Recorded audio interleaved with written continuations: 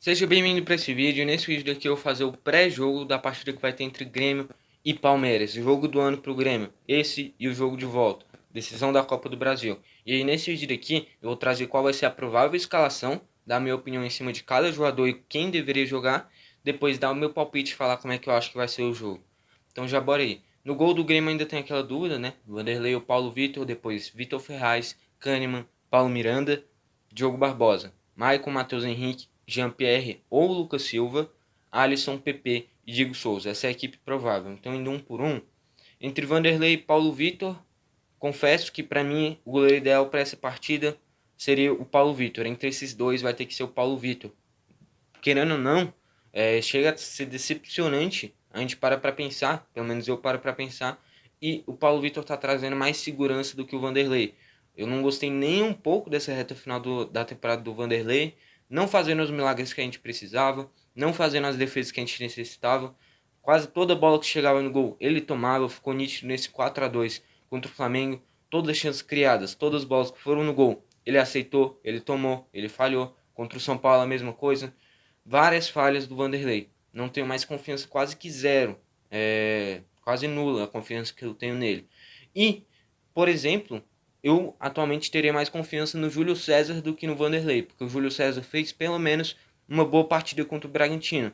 Se fosse o Vanderlei, naquela partida, eu tenho quase certeza que seria 2-3-0 para o Bragantino, pelo menos uma finalização de longe do Arthur, que o Júlio César fez uma bela defesa, o Júlio César fez um bom jogo. E o Vanderlei, sinceramente, a palavra é decepção. Então, eu iria com Paulo Vitor. Na lateral direita, Vitor Ferraz, que eu já cansei de dizer. É um lateral muito fraco. Ele não marca bem, ele não ataca bem, não tem nem aquele artifício de bater lateral longo, que no caso do Palmeiras tem o Marcos Rocha, pelo menos. Então, Vitor Ferraz não tinha que ser o titular. Quando tinha o Orejuela era o ideal, o Renato preferiu o Vitor Ferraz. E aí depois a gente fica lamentando porque o Orejuela não ficou. Mas se ele tivesse ficado, eu tenho certeza, o Renato insistiria no Vitor Ferraz. É a cara do Renato, e quando o Orejuela estava aqui, pela maioria do tempo, o Vitor Ferraz foi o titular. Isso já mostra muita coisa do trabalho do Renato. E já era pro Wanderson ser titular, né? O Wanderson é muito mais seguro, o cara ataca melhor, bate falta, bate escanteio, tem uma bola parada boa. Ele é bem mais completo do que o Vitor Ferraz. Indo para a lateral esquerda, o Diogo Barbosa, só para a gente ter uma noção, o Grêmio pagou basicamente 20 milhões de reais por 50% dele. O Palmeiras pagou cerca de 17 milhões para ter o Matias Vinha, que foi um dos melhores laterais da América do Sul. O Grêmio pagou 20 milhões de reais no reserva do Matias Vinha, ao invés de ir atrás de, por exemplo, o próprio Matias Vinha no início da temporada. E aí depois fala que não investe dinheiro. O Renato fala que o Grêmio não investe.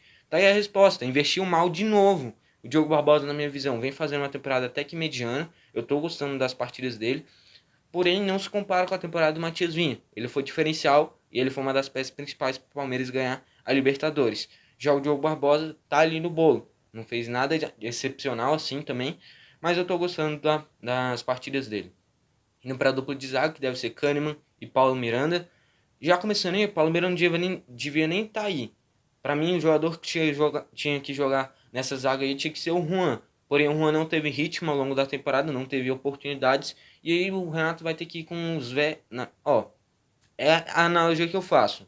Não é nada contra a idade, não é nada contra os caras, mas eu gosto de falar os velhos ruins. Eu gosto de falar isso, porque se você tem um Rodrigues, que não tá bem, é verdade, mas se você tem um Juan, se você tem bons zagueiros na base, você vai insistir em um zagueiro que, por exemplo, estivesse no Palmeiras, seria a quinta, sexta opção para ser utilizado.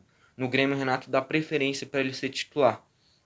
E, por exemplo, entre Paulo Miranda e David Braz, eu prefiro jogar com o Matheus Henrique de zagueiro do que jogar com um deles dois.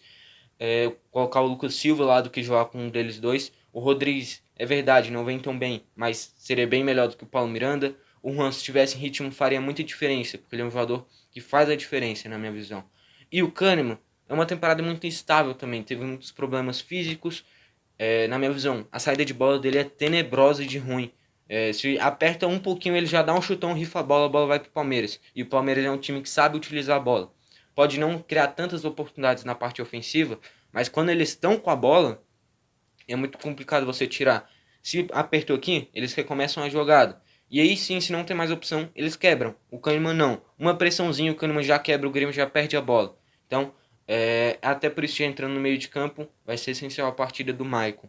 O Maicon está como provável, tomara que ele jogue, porque ele vai fazer muito a diferença. Ele é o cara que muda o ritmo de jogo do Grêmio, ele muda o estilo de jogo do Grêmio.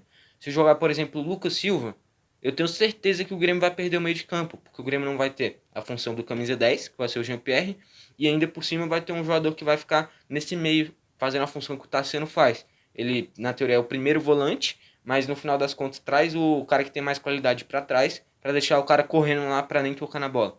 Então, o Maicon vai ser essencial nessa partida.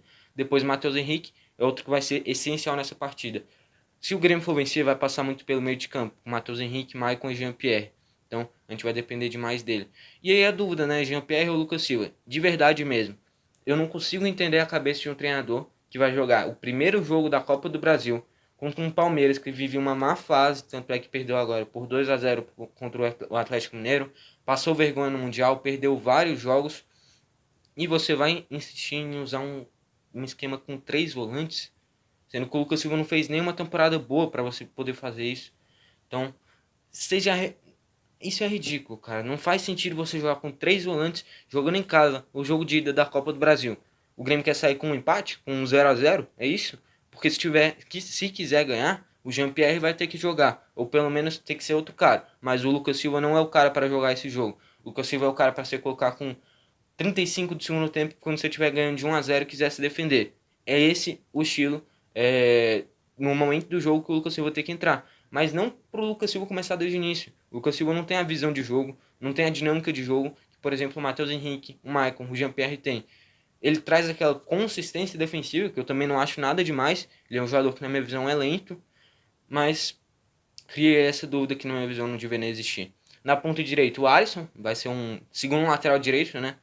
Vitor Ferraz e Alisson. Esse é um dos piores lados direitos que eu já vi na vida. Comparando com todos os times da Série A, se bobear até o Atlético Goianiense tem mais qualidade. Porque, de verdade, a gente tem um lateral direito que não marca e não ataca, e um ponta que só marca e não ataca e ainda marca mal. Então, já tá aí, né? O Grêmio vai ter que jogar com 3 atacantes na teoria, sendo que um é um centroavante. O PP vai ter que ir até a linha de fundo marcar todo mundo. E o Alisson vai ficar marcando todo mundo com a bola, não vai saber o que fazer. Então, tá aí. O PP não vem fazendo a diferença, mas pelo menos a gente vai ter o nome do PP. Já traz uma preocupação maior para, por exemplo, o Matias Vinha, que vai ter que segurar um pouquinho mais a passagem para segurar a passagem do PP. Porém, o jeito que o Grêmio joga é tão ridículo que é capaz do Renato colocar o PP para marcar o Matias Vinha até a linha de fundo do que colocar o PP lá na frente para aí sim segurar o Matias Vinha. Esse é o estilo de jogo do Grêmio. Volta todo mundo, deixa um buraco lá na frente e a gente toma pressão, e o resultado final a gente já sabe. Ao longo da temporada inteira foi assim, ao longo dos últimos anos foi assim. E o Diego Souza vai ter que ser a salvação na bola aérea. Vai ter que ser assim. Sempre foi assim ao longo da temporada e não vai ser diferente nessa final da Copa do Brasil. Então, indo pro meu palpite pro jogo.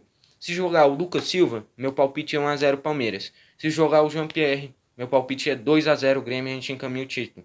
Tomara que o Jean-Pierre jogue, tomara que o Jean-Pierre faça a diferença, tomara que o Jean-Pierre jogue muito bem.